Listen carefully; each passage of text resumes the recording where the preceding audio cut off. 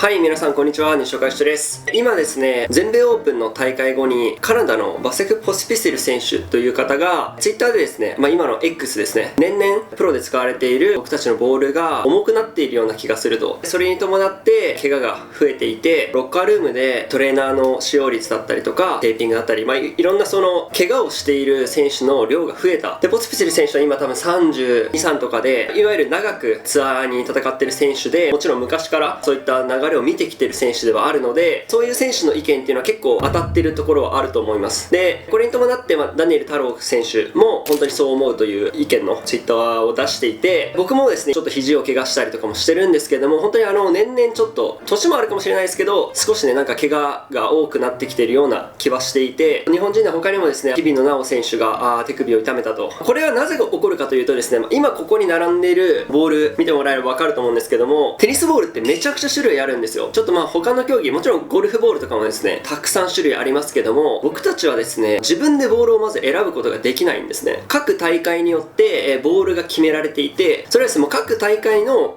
スポンサーだったりとか、使いたいボールを選んでくるので、僕たちがゴルフみたいに自分のスポンサーのボールを使いますとか、そういうのではなくて、このボール絶対使ってくださいねっていうボールで試合をしなくちゃいけない。なので毎週違うボールを使ってテニスをしていかないといけないので、やはりですね、それぞれメーカーによって特色があったり違いっていうものがあるので、そういうところをですね、今日ちょっとできる限りボール集めました。こっちちょっと日本のウィンザーさんでできるだけ買ってきました。こっちはですね、僕がグランドスラムで持ち帰ってきたものになります。ただですね、僕基本的に持ってこないので、ちょっと年月がバラバラなんですけども、グランドスラムで使われたボールと市販で売られているものを含めて、ちょっとね、ボールの重さだったり、そして今日はテニスで一緒に僕と友達のゆうまくんという方を呼んで、アマチュアの人のテニスの感覚と僕のテニスの感覚で、そのボールの重さだったり感じるものっていうのはどれだけ違うのかっていうものも含めて検証していきたいと思います。でですね、重さに関しては僕たちは知らない状態で始めたいと思うので、この後ですね、全部開けてスタッフさんが1個ずつボールを測って、それぞれのメーカーの重さっていうものは僕たちは知らない状態でテニスをして検証をしていきたいと思います。それでは今からテニスコートに行ってきます。はい、ということで、テニスコートを移動してきました。そしてここからゆうまくんが合流ということで、ゆうまくんお願いします。お願いします。久々のゆうまくん登場ですけども、久々すぎるでしょ。今日検証企画ということなんで、ゆうまくんの力量も大事になってきます今日。ちょっときついっすな。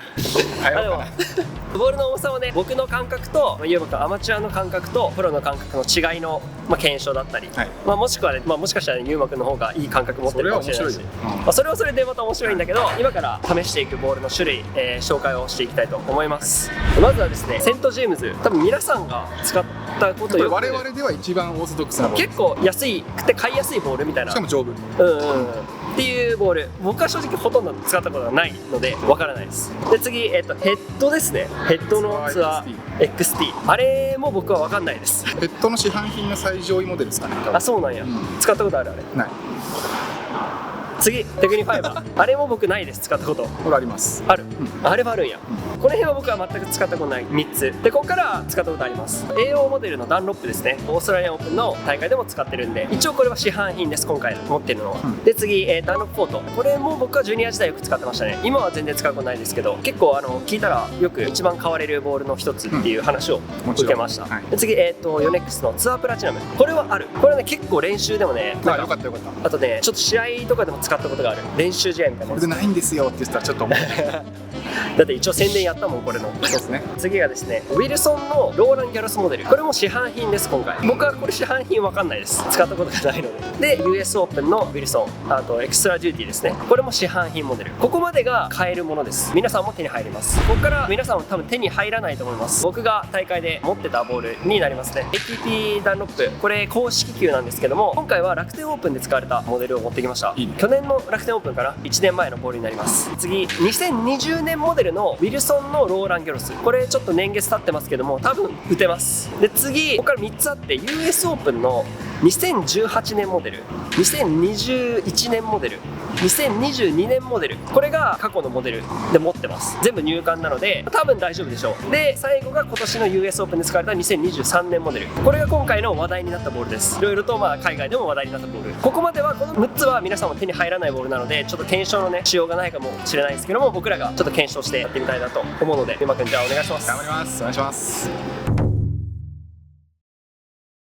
じゃあまずはセントジェームズからいきます。打っとる気せん。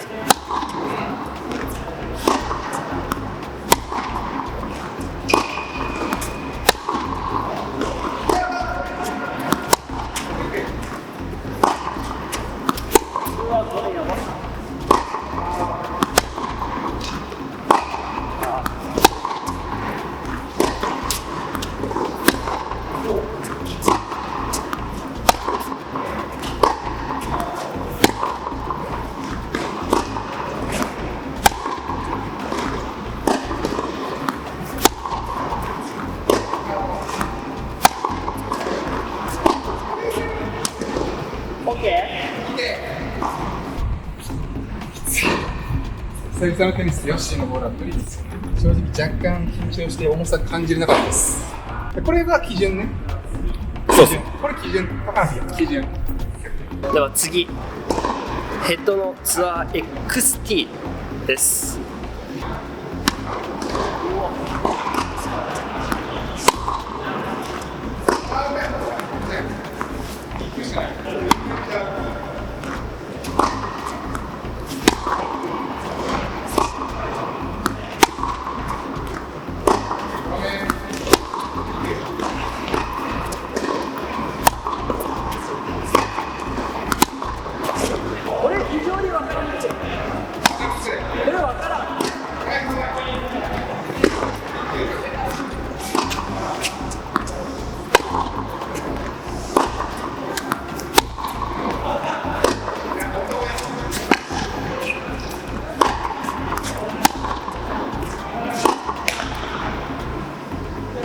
これむずい。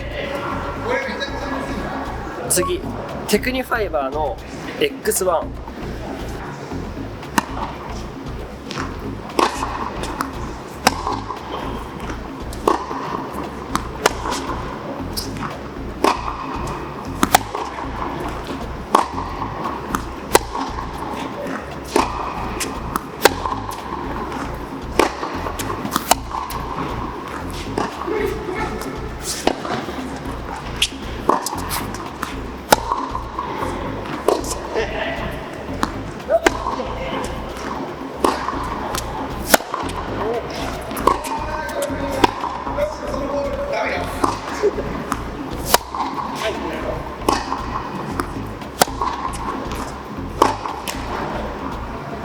あいつは軽いっすね。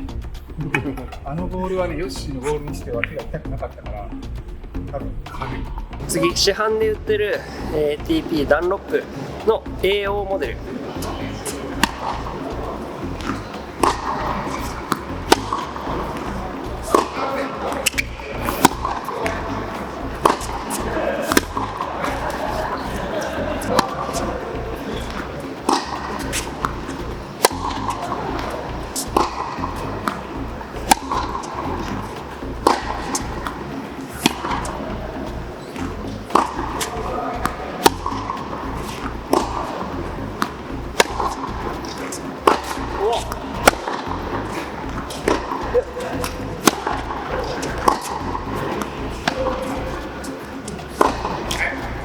いい柔らかさ。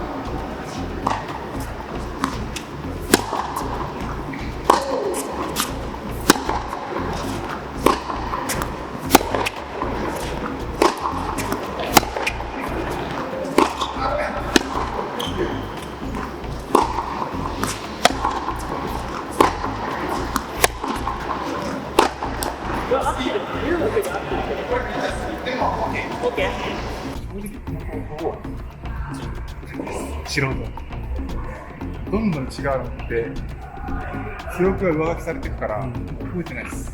次、ダンロップフォート。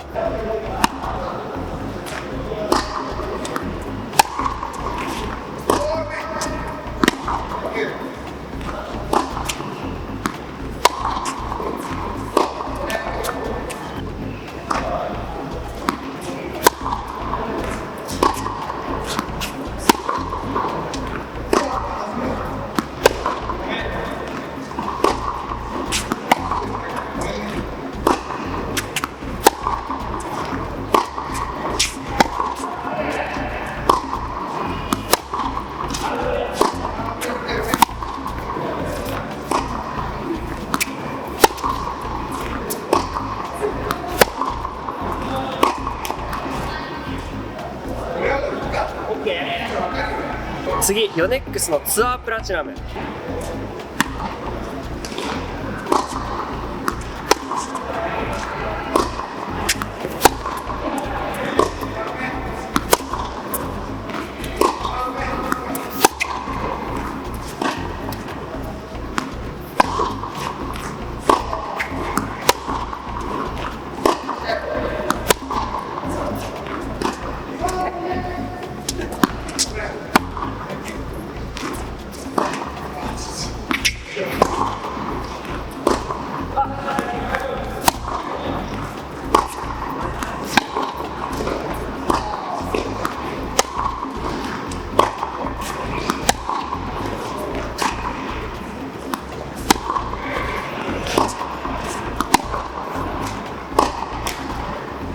次は、ウィルソンのローラン・ギャロスモデル。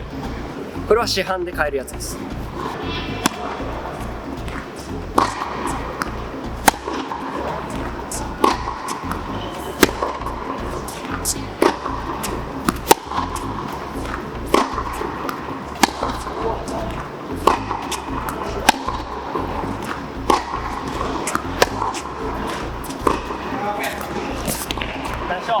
これめっちゃ好き。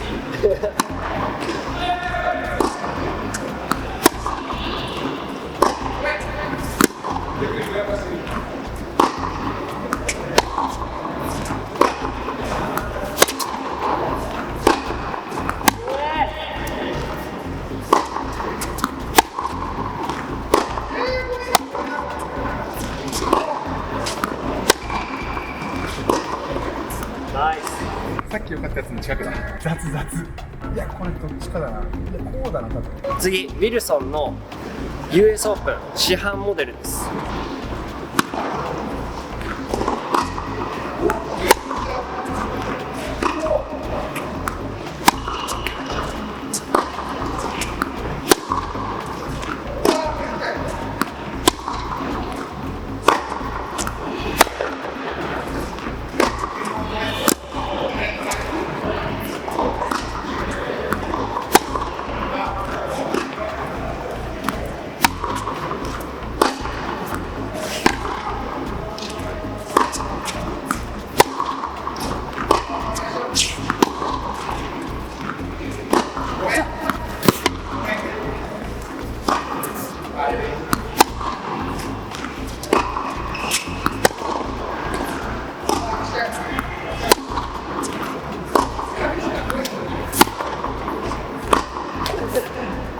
次、ダンロップ ATP ツアーの楽天オープン。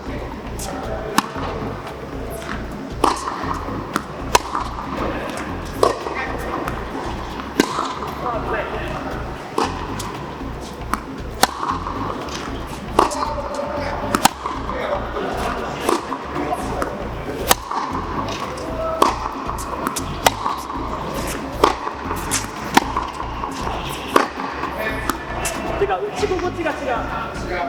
なんかいいって感じ。なんかしっくり。ね、素材良さそう。ラ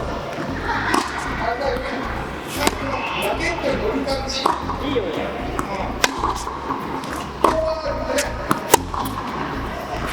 出た、ごめん、そう言いますね。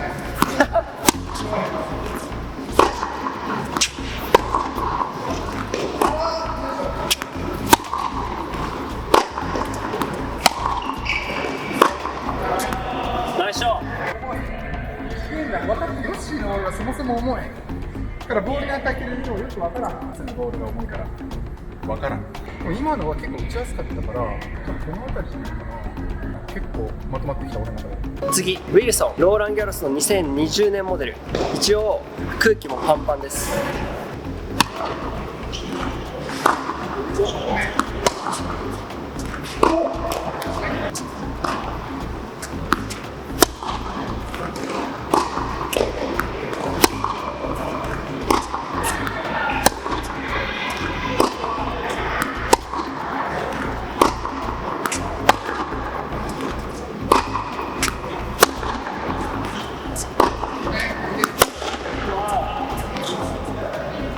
くっそうめえこれ。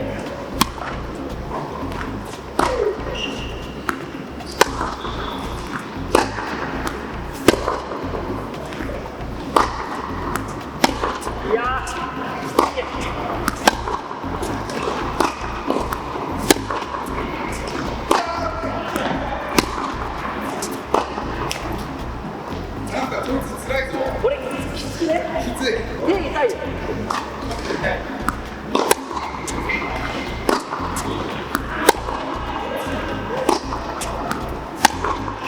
いやー、すごいこれ。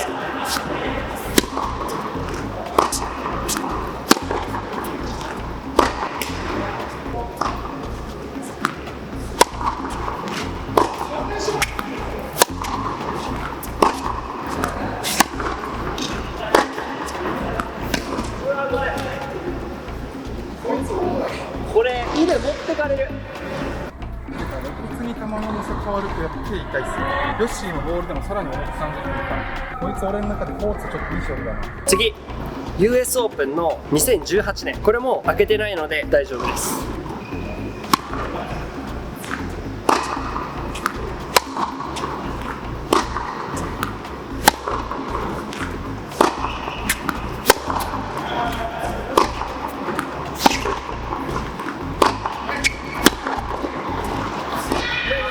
こいつなんだ、粘ってる。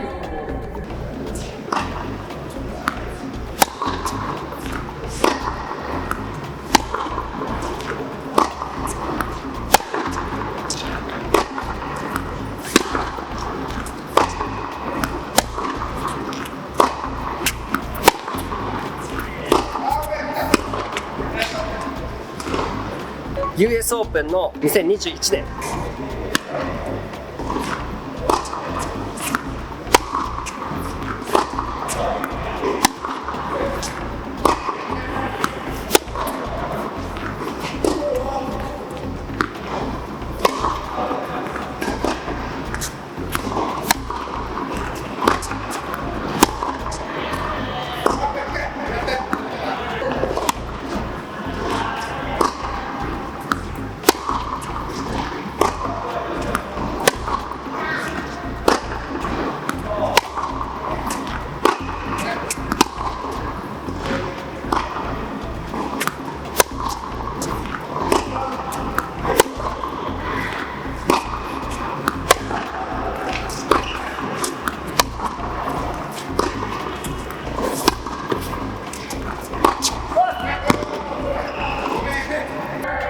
正直US オープンの中でしかも分かんないです。 US オープンの22年。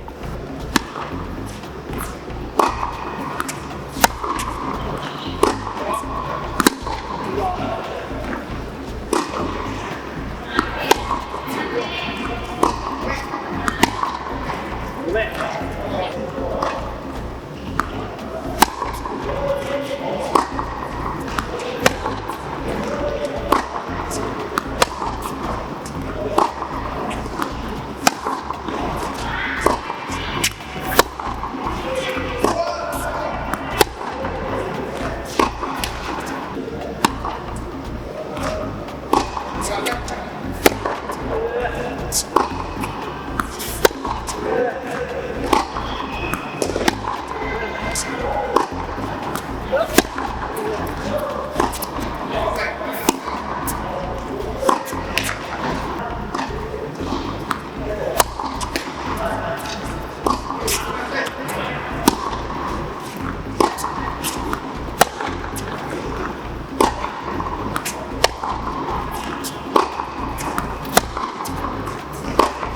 ナイスショー。では最後2023年モデル US オープンラスト。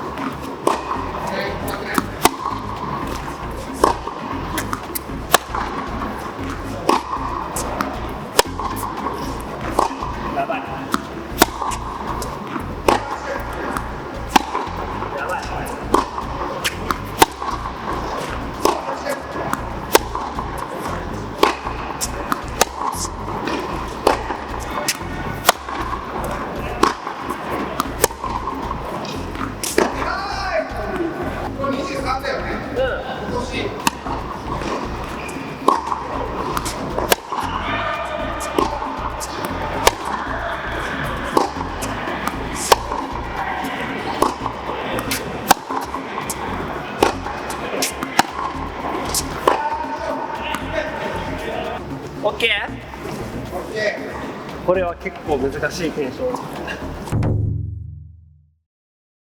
はい、ということで全部打ち終わりました。僕の方から先に出していきますね。ただこれ結構難しかったのが、事前に言っとくと、途中からボール飛ばないイコール重いなのか、ただただフェルトが良くないのか、結構これが問題としてありそうで、正直重さとこれが感覚としてなかなか難しかったのをちょっと事前に言っときたい。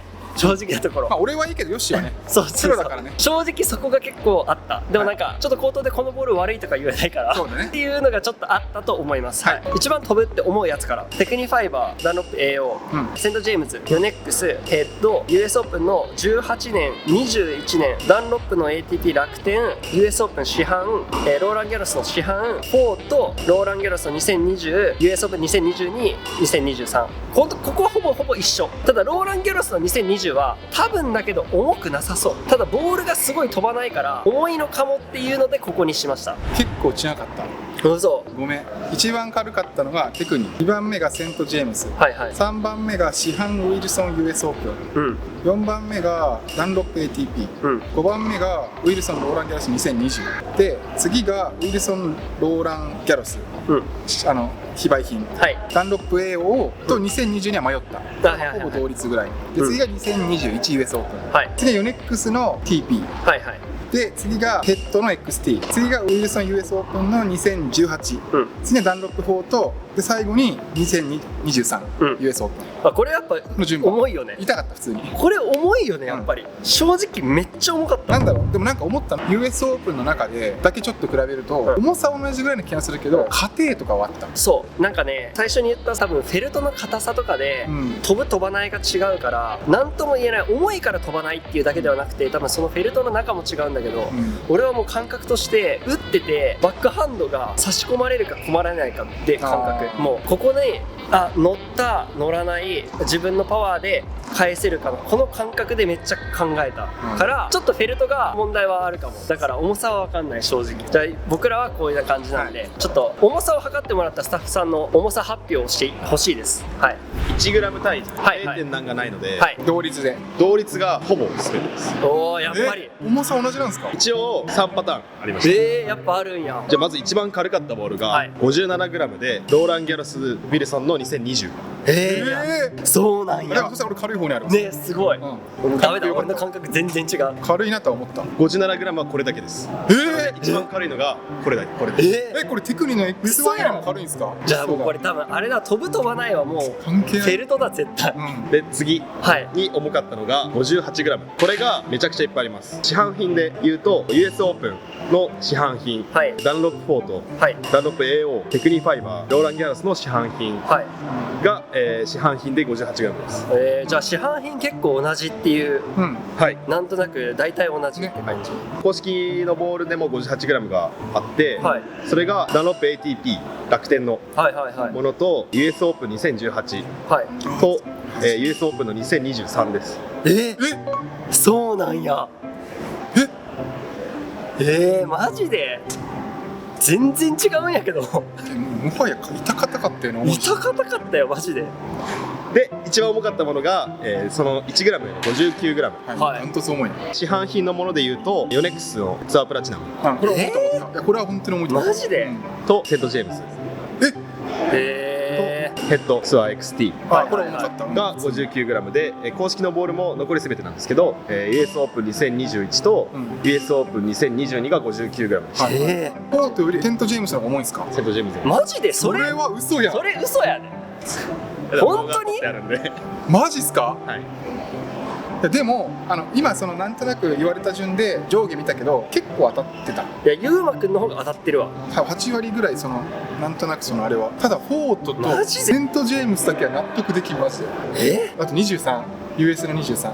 それはもう絶対そう納得できん。これ 65g ぐらいある。俺セントに関しては正直言って飛ばなさすぎて意味がわからんくてよくわからなかった。ふわっとしてるというか、そもそも重いとも感じんし、正直言うとやっぱ大量に作られてるものっていう感じ。個体差もすごいしね。そういうのね。そう多分一球一球の重さも多分微妙な差はでかいし、フォートは納得できんマジで。だってこれで重いじゃんフォートも。重かった。そうマジか。そうですか。俺全然ダメだな。でもいやじゃあ多分そのボールの質的な感覚ではヨッシーのが合ってると思うよ。なんかね、多分飛ぶ飛ばないだったね。そう多分飛ぶ飛ばないでしょ、多分それは絶対ヨッシーが合ってる。いやー、そうですか。でもなんか同率ってね、やっぱテクニの X1 はそうだね、軽いというか、飛ぶ飛ばないの感覚。そうなんや。俺 AO なんてもうめっちゃ打ちやすいからさ、すげえ触れると思っていつもやってたわ。マジで先入観かな。面白い企画だった。ボールのバウンドだけ後でやってみて、それもちょっと今は重さでグラムだったから、あとは次のさっき言ってたフェルトの反発力っていうのも結構違いがあるから、それも多分ね結構大きな、いわゆるさ話に上がった怪我のリスクとか飛ぶ飛ばないは重さ以外にそういうのもあるから、ちょっとそこもまた番外編でやっていきたいと思います。今日はゆうまくんありがとうございました。はい、僕は出直してまいります。いえいえいえで皆さんはね、チャンスあったらちょっと非売品のものは手に入らないと思うんですけども、チャンスあれば皆さんも友達と一緒にやってもらって、ぜひなんかコメントしてもらえればなと思います。それでは皆さんご視聴ありがとうございました。よちるチャンネルをご覧の皆さん、いつもご視聴ありがとうございます。僕はですね、今オンラインサロンというものをやっていまして、その中で皆さんに向けたプレゼント企画だったり、そして Zoom を通じて試合後の感想を皆さんにお伝えしていったりっていうものを今、やっております。どんどん追加でコンテンツを作っていく予定ですので、ぜひ皆さんのご参加をお待ちしております。詳しいことは、動画の概要欄から、チェックしていってみてください。